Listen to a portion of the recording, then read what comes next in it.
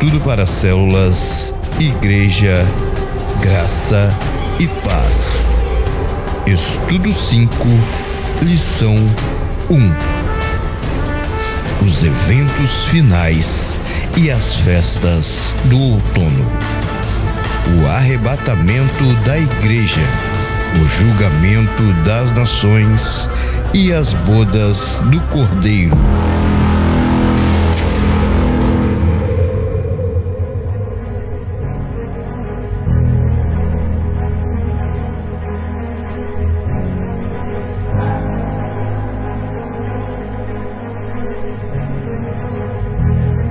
Texto base, 1 Crônicas 12:32.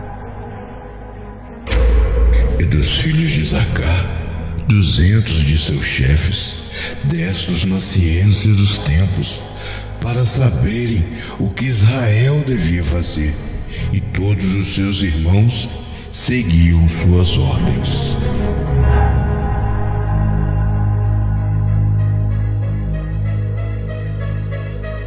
Introdução.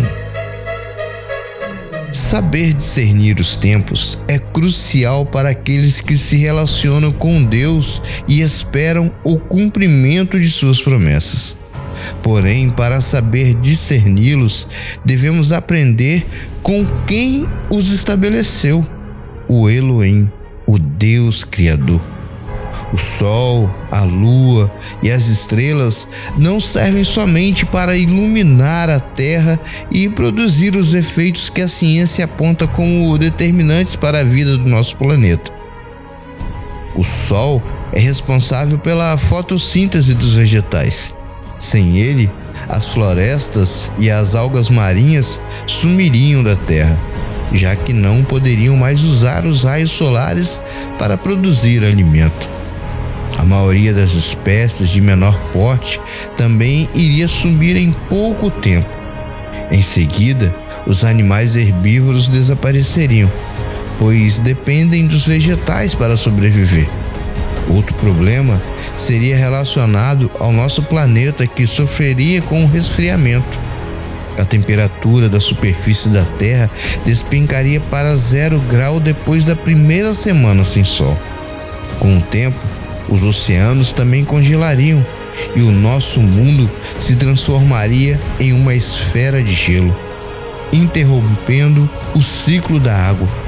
Sem água, é muito difícil imaginar a vida. Fonte museweg.net. O Sol e a Lua calibram a vida na Terra. Mas além desse benefício, eles foram criados também com propósitos espirituais.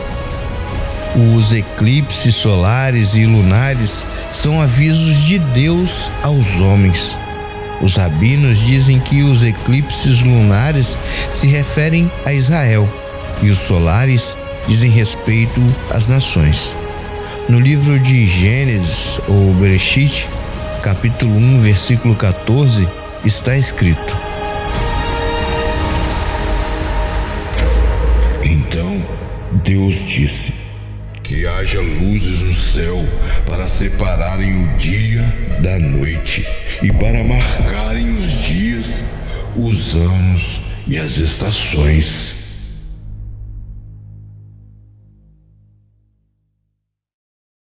Eles servem para marcar dias, anos e épocas ou estações que têm o mesmo sentido. O nascimento de Jesus estava escrito nas estrelas, na abóbada celestial. Vejamos a descrição do livro de Mateus. E, tendo nascido Jesus em Belém de Judeia, no tempo do rei Herodes, eis que uns magos vieram do Oriente a Jerusalém, dizendo: onde está aquele que é nascido rei dos judeus? Porque vimos a sua estrela no Oriente e viemos adorá-lo.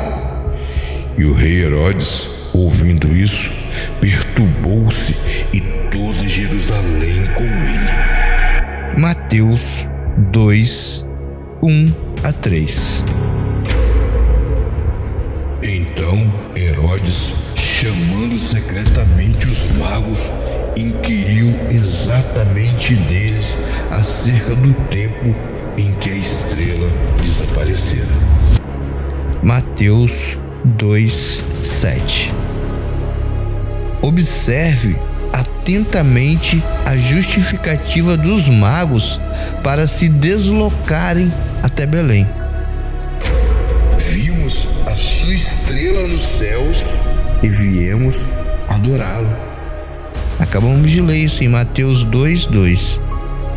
Os rabinos messiânicos dizem que aqueles homens estudiosos das estrelas eram caldeus e que vieram desde a Babilônia para ver o menino rei, a fim de lhe entregar presentes que são dados a um rei, que foram ouro, incenso e mirra. A informação sobre o sinal do nascimento do menino foi transmitida a eles pelo profeta Daniel, que era dotado de sabedoria para discernir os tempos, uma vez que viveu durante longos anos entre os caldeus. Além de transmitir os conhecimentos, Daniel pediu para que depois de sua morte, como contribuição de tudo que ele havia feito pela Babilônia, que se ensinassem às gerações futuras de estudiosos dos astros, ou seja, os astrônomos, que quando eles vissem aquele sinal no céu, fossem até Israel levar seu presente ao Filho do Homem. Aqueles presentes levados pelos magos eram, na verdade, presentes dados por Daniel ao Machia.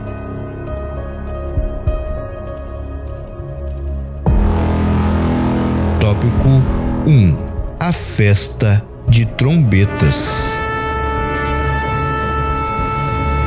Dentre as festas que Deus estabeleceu como o encontro, ou moed, com Israel, havia um bloco cujo início se daria com a aparição da lua nova no 7º mês, que é o mês de Tishri.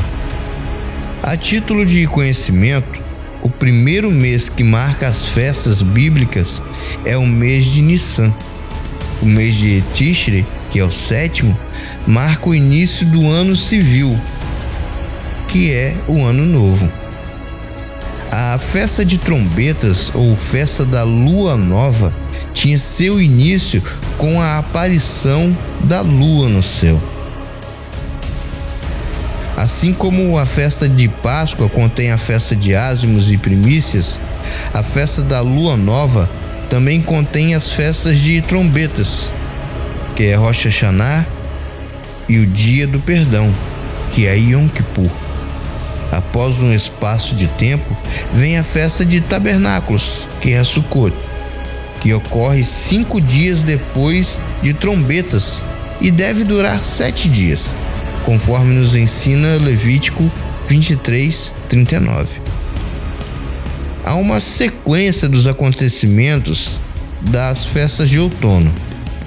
Em 1º de Tishri, toca a trombeta. Isso está escrito em Levítico 23:24. 10 dias depois, haverá o perdão dos pecados. Isso está escrito em Levítico 23:27. No 15º dia é a festa de tabernáculos. Preste atenção. Se as festas da primavera, num total de 4, comunicavam acontecimentos relacionados à primeira vinda de Yeshua, que é Jesus, o Messias, a festa como Páscoa, que é a morte e sepultamento, a festa de ázimos, que é a ressurreição, a festa de primícias e Pentecostes, que é a descida do Espírito Santo, o raciocínio mais coerente seria que as festas de outono indicam a segunda vinda de Cristo. Israel celebrava as festas, mas não tinha esse conhecimento. Paulo disse eram zelosos, mas não tinham entendimento. Por isso, não perceberam que sacrificaram Cristo na mesma hora em que o Cordeiro Pascal era sacrificado no altar do templo em Jerusalém. Depois de convertido, o apóstolo Paulo conseguiu fazer as conexões das festas com a primeira vinda de Cristo e o seu retorno. A partir da sua conversão, Paulo começa a usar as expressões Cristo, nosso Cordeiro Pascal. Cristo, primícias da ressurreição. A figura de Cristo surge como o sumo sacerdote celestial, figura do Yom Kippur, escrita no livro de Hebreus. Ele ainda relaciona a volta de Cristo com trombetas, que era a festa da coroação do rei. No passado não havia a revelação que existe hoje. Infelizmente, os eventos finais que estão relacionados às festas de outono, que são trombetas, Yom Kippur e tabernáculos, também estão ocultos para a maioria dos cristãos que foram doutrinados por teólogos ocidentais, os quais possuem em seu DNA os conceitos cristãos romanos. Por desprezarem o verdadeiro ensino e serem indiferentes e até mesmo militantes do antissemitismo, não se importaram com o valor profético das festas do Senhor. Confundiram a mente das ovelhas ao ensinarem que a igreja substituiu Israel nos planos de Deus. Esse assunto será bastante explorado por nós ainda. Ainda teremos muitos estudos a esse respeito, em que criaremos assim uma nova mentalidade de abordagem a partir de Jerusalém e não mais de Roma, porque de Sião sairá a lei e a palavra de Jerusalém. Isso está escrito em Isaías 2:3. O conhecimento pode ser a maior riqueza de um homem, porém, o conhecimento espiritual requer de cada um de nós um comportamento voltado ao temor a Deus, que significa valorizar seus ensinos. O homem demonstra que teme a Deus quando o respeita e honra a sua palavra. Jesus disse: se vós permanecerdes na minha palavra, verdadeiramente sereis meus discípulos. Isso está escrito em João 8:31. Isso significa que Jesus estava dizendo aos seus discípulos: vós sereis meus amigos, se guardardes os meus mandamentos. Ninguém será amigo de Jesus Cristo desonrando seu Pai. Se o Pai disse que aquilo é sagrado, jamais caia nas exegeses dos teólogos da mentalidade romana que um dia terão que prestar contas a Deus por seus ensinos humanos. Se Deus disse que o sétimo dia é o dia santo, não caia na armadilha do grande esforço dos teólogos romanos de explicarem que o sábado foi substituído pelo domingo. Por que Jesus ressuscitou no domingo? Se os teólogos estudassem as festas, saberiam que a ressurreição aconteceu nesse dia não para que o sábado fosse substituído pelo domingo, mas porque no domingo seguinte à Páscoa celebrava-se a festa das primícias, quando eram apresentados a Deus os primeiros frutos. É por isso que Paulo diz que Cristo é a primícia da ressurreição. O outro motivo é porque em primícias tem início a contagem de 49 dias para o Pentecostes, que foi o derramar do Espírito.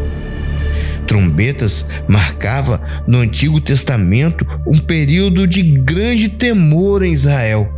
Esse período era marcado por 3 convocações de Deus para arrependimento e tempo de julgamento.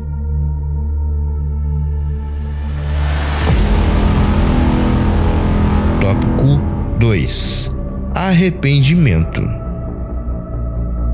Depois que Israel recebeu os mandamentos escritos pelos dedos de Deus, Moisés, ao descer do monte, encontrou o povo festejando a idolatria do bezerro de ouro.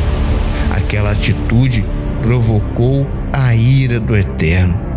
Os rabinos ensinam que a festa de trombetas tem o propósito de ativar a mente do povo para que este se lembre do quanto foi ingrato e rebelde. Por isso, precisava se arrepender dos seus pecados. Este seria o tempo que Deus usaria a partir daquele episódio para julgar as ações do povo, determinando quem iria viver ou morrer, prosperar ou ter escassez, ter saúde ou ficar doente. A festa de trombetas marcava o início de um novo ciclo na vida dos hebreus.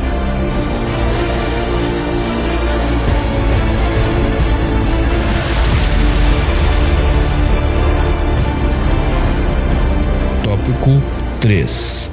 Tempo de julgamento. No primeiro dia do mês de Tishri, a trombeta seria tocada. A partir dessa convocação, os 10 dias seguintes eram de profunda reflexão a respeito do ano que se passou. Nesse tempo, os pais sacrificavam por si e por sua família. Havia um grande temor no sentido de ajustar-se. Foi nessa atmosfera que o profeta Amós disse: Prepara-te, ó Israel, para encontrares com o teu Deus. Amós 4:12.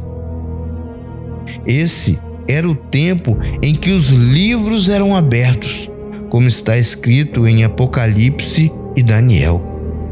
No dia do julgamento, existem vários livros abertos. O povo hebreu cria que no dia do Yom Kippur era o tempo de Deus julgar o seu povo. Na verdade, era um ensaio para o juízo final. Os livros dos atos praticados, os bons e os ruins, eram abertos e, de acordo com a conduta de cada um, a sentença de vida ou morte para o ano novo que seguia era prolatada ou proferida. Nesse clima, a nação inteira tirava esses 10 dias para se arrepender, ajustar as suas condutas e pedir perdão uns aos outros por ofensas cometidas. Sobre a existência de vários livros que fundamentam esse temor dos hebreus, temos os seguintes versículos. Um rio de fogo, uma nave saía diante dele. Milhares de milhares o serviam e milhões de milhões assistiam diante dele. Assentou-se o juízo e abriram-se os livros. Daniel 7:10. E vi os mortos, grandes e pequenos, que estavam diante de Deus, e abriram-se os livros. E abriu-se outro livro, que é o da vida.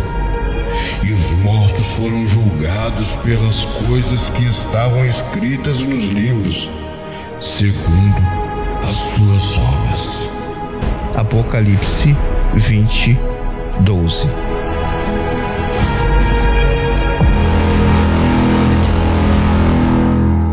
Conclusão.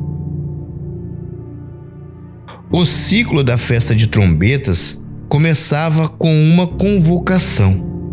Um alerta era dado nos céus da terra prometida. Todos ficavam na expectativa do toque da trombeta. Havia algo intrigante. Ninguém sabia quando a lua iria sair. Em virtude disso, essa festa era conhecida também como a festa do dia e hora ninguém sabe. Como as pessoas poderiam ainda estar no campo ou em algum lugar, assim que a trombeta era tocada, havia uma gritaria do povo que corria para iniciar os preparativos para a festa. Existiam 2 dias para o início da festa, pois caso a lua não surgisse no céu num dia, poderia surgir no outro. Nos ensinos da escola de discípulos, será abordado o episódio de Davi ter faltado ao jantar da lua nova. Então Saul pensou: ele não veio no primeiro dia, mas deverá vir no segundo. Como Davi não apareceu no segundo dia, Saul perguntou a Jonatas: cadê o filho de Jessé? E obteve a resposta de que este tinha ido à casa de seus pais. Quando Saul ficou enfurecido e arremessou sua lança na direção de Jonatas. Naquele momento, ele viu que o coração de seu pai era contra Davi. No próximo estudo, abordaremos as conexões da festa de trombetas com a volta de Cristo. Veremos que assim como a primeira vinda do Mashiach estava diretamente ligada às primeiras 4 festas, o seu retorno para implantar o seu reinado também está ligado às festas do outono, que são as últimas 3. Tenha humildade em aprender. Seja um discípulo com a mentalidade de Issacar. Conheça os tempos e isso fará toda a diferença na sua vida, no seu ministério e na sua fé. Mas aquele dia e hora ninguém sabe, nem os anjos do céu, mas unicamente meu Pai. Mateus 24:36. Testando sua capacidade de absorção e compreensão sobre o ensino, quero lhe fazer uma pergunta. Você consegue conectar essa expressão de Jesus em Mateus 24:36 a respeito de sua volta com o que foi estudado nessa primeira lição? Discuta na sua célula, discuta com seus amigos. A lei do Senhor é perfeita e nos dá novas forças. Os seus conselhos merecem confiança e dão sabedoria às pessoas simples. Os ensinos do Senhor são certos e alegram o coração. Os seus ensinamentos são claros e iluminam a nossa mente. Salmo 19:7-8. Até nosso próximo estudo. Igreja Graça e Paz, Pastor Ney Fraga.